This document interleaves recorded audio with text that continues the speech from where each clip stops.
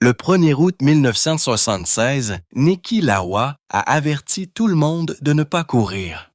Il s'est tenu devant 24 autres pilotes et les a suppliés de boycotter le Grand Prix d'Allemagne.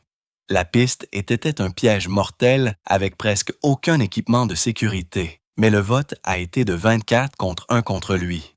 Ils l'ont traité de peureux et se sont moqués de ses craintes. Quelques heures plus tard, Lauda était piégé à l'intérieur d'une Ferrari en feu pendant 55 secondes. Son casque s'est détaché, son visage était exposé aux flammes. 4 pilotes ont risqué leur vie pour le sortir. Ce qui s'est passé ensuite a choqué le monde encore plus que l'accident lui-même. Niki Lauda est né le 22 février 1949 à Vienne. Sa famille était riche et dirigeait une entreprise de papier, et elle s'attendait à ce qu'il suive cette voie. Mais Niki était attiré par quelque chose de plus bruyant et de plus rapide. À 18 ans, il a secrètement contracté un prêt avec l'aide de sa grand-mère et a acheté une Mini Cooper rouge. Il a commencé à courir dans les collines d'Autriche sous un faux nom pour que son père ne le découvre pas. En décembre 1967, il a percuté un rail de sécurité lors d'une des courses. Cet accident n'a pas seulement cassé le phare, il a exposé son secret. Le rapport d'assurance est revenu à son grand-père, Hans Lauda, qui était furieux. Hans a averti Niki que s'il continuait à courir, il serait exclu de la fortune familiale. Mais Niki ne s'est pas arrêté. Il a dit plus tard qu'aucun bilan ne pourrait jamais remplacer le frisson du chronomètre. Au moment où il a terminé ses études, il avait déjà participé à 18 courses, en avait remporté 2, s'était cassé le nez et avait créé un profond fossé avec sa famille. Ce moment a donné le ton à tout ce qu'il allait devenir. À 19 ans, Niki a fait quelque chose d'encore plus risqué. Il est entré dans une banque à Vienne et a utilisé sa police d'assurance vie pour obtenir un énorme prêt d'une valeur d'environ 525 000 $ en argent d'aujourd'hui. Il l'a utilisé pour acheter une voiture de Formule F et courir à plein temps. Il a même falsifié la signature de son père pour l'obtenir. La famille l'a découvert lorsque son nom est apparu dans les journaux après avoir terminé 3e à Aspern le 12 avril 1969. Une semaine plus tard, son grand-père l'a complètement coupé de la fiducie familiale. Niki était seul. Il a emménagé dans un minuscule appartement au sous-sol, a survécu avec des conserves et a gagné de l'argent en vendant des photos de courses dans les rues de Vienne. La banque avait en fait un dossier intitulé « La », récupérable uniquement s'il était vivant. Niki a trouvé ça amusant. Il a dit que ça le faisait conduire plus prudemment, au moins jusqu'à ce qu'il puisse le rembourser. Sa première vraie course professionnelle a eu lieu le 31 août 1968 au Nürburgring Nordschleife, l'une des pistes les plus dangereuses au monde. Il a eu un grave accident. La voiture s'est retournée et il s'est retrouvé à l'envers dans un fossé. Son nez était cassé, mais il a refusé d'aller à l'hôpital. Il a mis des mouchoirs dans son nez, a pris un train de nuit et a dit à ses parents qu'il avait fait du parachutisme. Il a discrètement noté la vitesse de l'accident, 140, à l'intérieur de son casque. Il voulait la battre la prochaine fois. Cet accident ne l'a pas effrayé. Il l'a fait calculer le danger comme une formule. Il a dit un jour, « Si le danger vous fait gagner du temps, vous décidez simplement ce que vaut une seconde. » En 1970, il a trouvé un autre moyen de faire des courses. Il a contracté un autre prêt et a rejoint l'équipe britannique de Formule 3 appelée Manamera. Lors d'un essai, le 10 août mai, un autre pilote l'a bloqué. Niki était tellement en colère qu'il a délibérément heurté l'autre voiture à 160 km/h. Les deux ont eu un accident. Les officiels voulaient l'interdire, mais Niki a montré des images de films prouvant que l'autre pilote avait bougé 2 fois en freinant. L'interdiction a disparu. Les gens ont commencé à l'appeler l'ordinateur parce qu'il restait si calme et utilisait toujours des faits pour se défendre. Même le patron de l'équipe, Bernie Ecclestone, a plaisanté en disant que Niki foncerait sur sa propre mère si cela lui permettait de gagner du temps. Marlboro l'a remarqué et lui a donné un sponsoring de 5 000 $, suffisant pour rembourser la moitié de sa dette. Sa réputation de coureur froid et précis était désormais réelle. En avril 1976, sa vie personnelle a choqué tout le monde. Il a rencontré une jeune mannequin chilienne-autrichienne nommée Marlène Cousset lors d'un dîner. Ils ont parlé pendant des heures, ont sauté le dessert et ont décidé de se marier seulement 8 jours plus tard, le 13 avril. Ils n'ont dit à personne, ni famille, ni presse. Son grand-père ne l'a découvert qu'en le lisant dans le journal. Après le mariage, au lieu d'une lune de miel traditionnelle, Niki est retourné directement au Nürburgring pour tester en vue du prochain Grand Prix. Il a effectué 180 tours, préparant une course qui allait presque le tuer. En 1971, Niki s'était rendu dans une autre banque et avait obtenu un énorme prêt. Cette fois, environ 225 000 $ en argent d'aujourd'hui. Il l'a utilisé pour acheter un siège en Formule 2 chez March Engineering. Bien qu'il n'ait aucune victoire et pratiquement aucun résultat, il a dit au patron de l'équipe, Max Mosley, qu'il voulait immédiatement conduire en Formule 1. Il a fait valoir que courir au Grand Prix d'Autriche attirerait des sponsors. Max lui a donné une chance et, le 15 août 1971, Niki a fait ses débuts en F1 à Lüstering. Il s'est qualifié 21e et a abandonné après 20 tours en raison d'une défaillance de la suspension. Il n'a rien gagné, mais il a acquis une expérience en F1 que l'argent ne pouvait généralement pas acheter. L'année suivante, 1972, a été difficile. Il a terminé dernier dans de nombreuses courses, mais en coulisses, il s'introduisait dans le garage de l'équipe la nuit pour étudier les données de télémétrie de la voiture.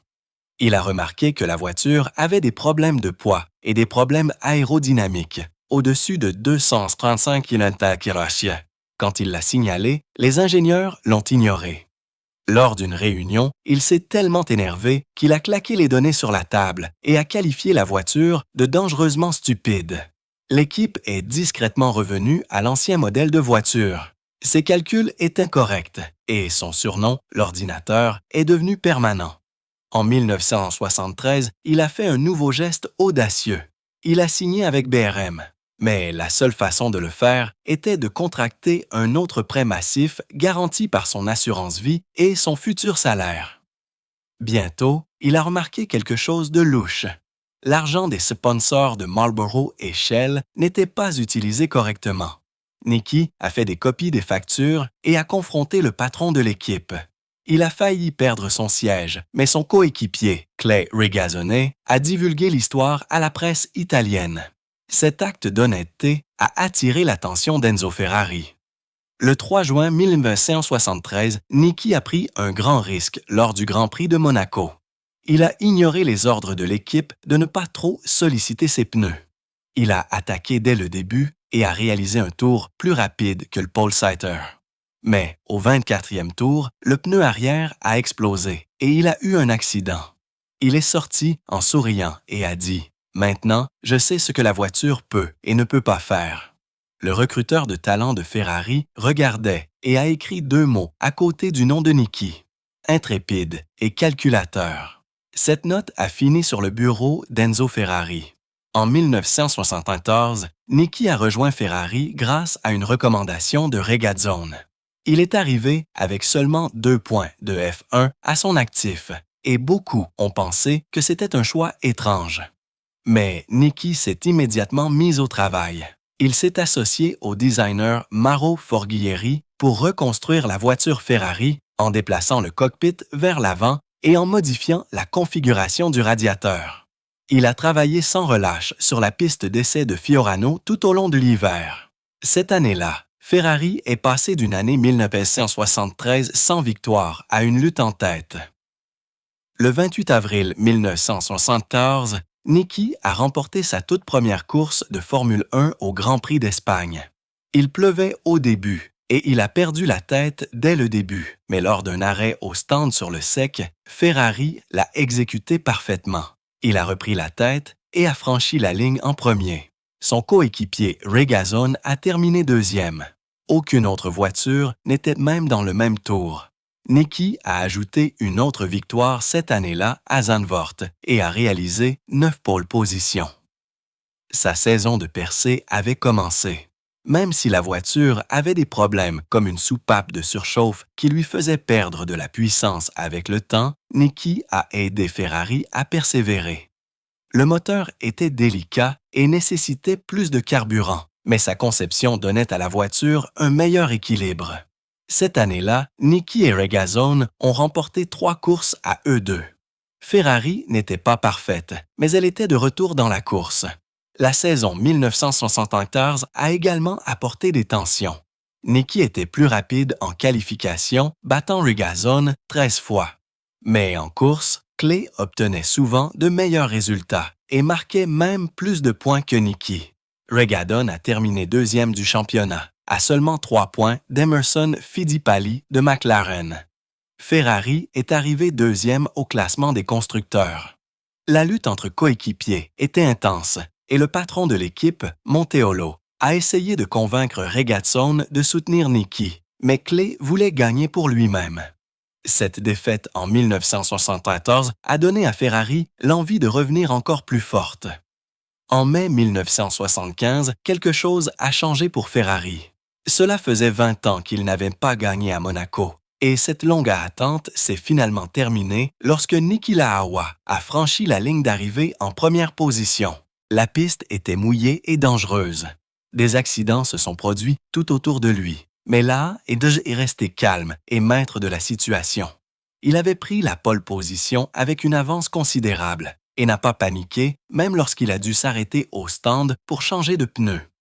Alors que la piste séchait, il a continué à attaquer et a terminé avec un peu moins de 3 secondes d'avance sur Emerson Fittipaldi. La course a été écourtée après 75 tours en raison de la limite de temps.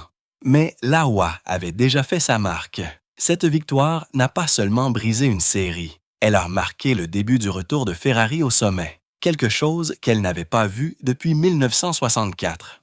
Quelques semaines plus tard, en Suède, la A était de retour.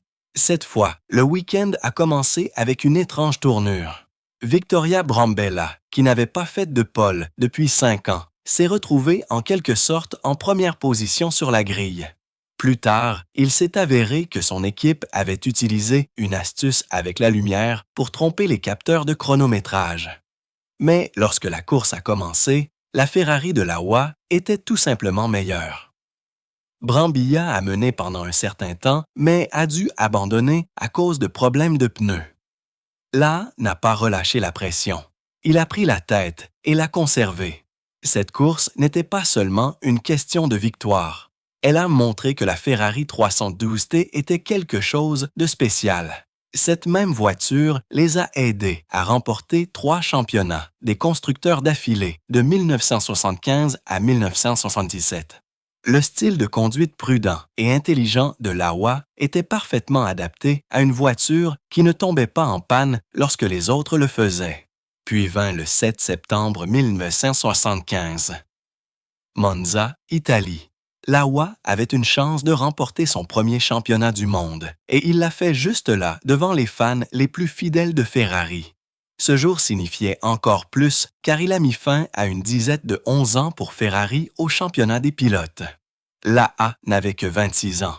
Il n'y a pas si longtemps, il était un pilote qui devait emprunter de l'argent juste pour obtenir un siège. Maintenant, il était champion du monde. La Ferrari 312T, avec sa conception spéciale de boîte de vitesse et son meilleur équilibre, avait fait son travail. Elle a aussi. Ce moment à Monza n'était pas seulement une victoire. C'était une célébration du travail acharné qui finit par payer.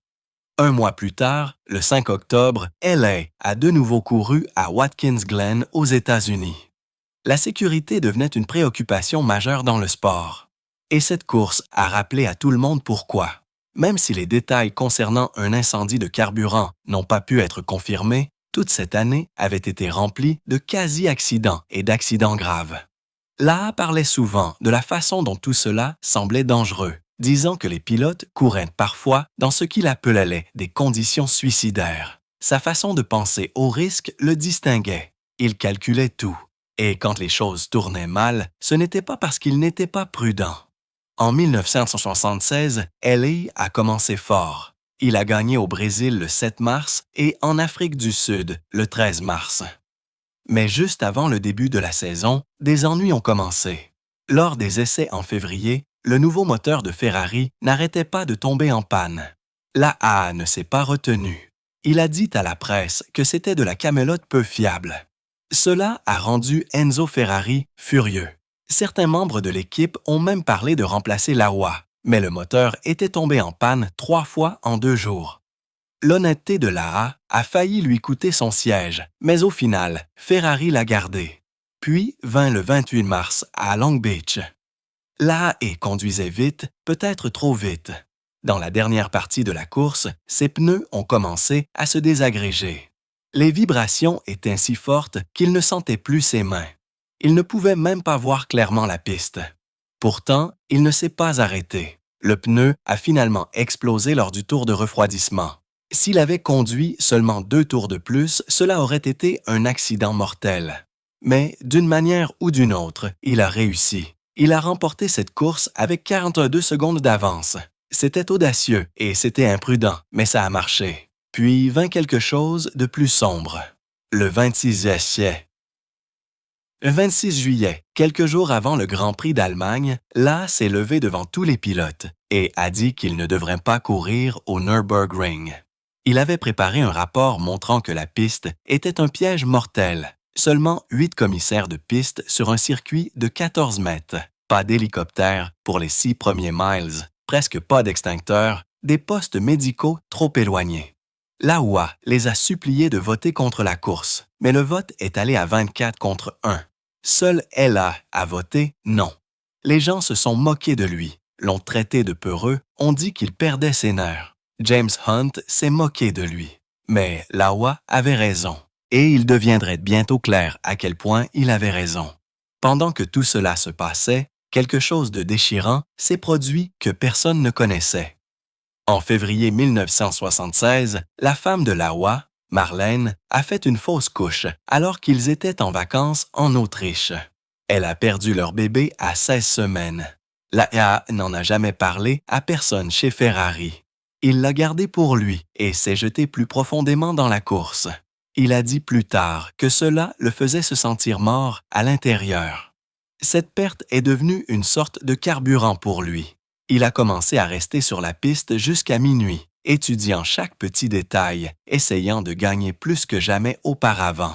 Mais le danger était toujours proche. Le 15 juillet, lors des essais sur la piste de Fiorano de Ferrari, l'A a eu un grave accident. Il avait averti l'équipe que le nouvel aileron arrière n'était pas sûr. Il avait même vu des fissures dans le métal, mais ils l'ont quand même mis sur la voiture. Au 47e tour, l'aileron s'est cassé et il a fait un tête-à-queue à 150 mètres. Il s'est cogné la tête et a eu besoin de 8 points de suture. Seulement 3 jours plus tard, il courait à nouveau au Grand Prix de Grande-Bretagne. Il s'est qualifié 3e et a terminé 2e, même s'il voyait double pendant les essais. Ferrari a qualifié cela d'incident mineur, mais cela aurait pu être bien pire.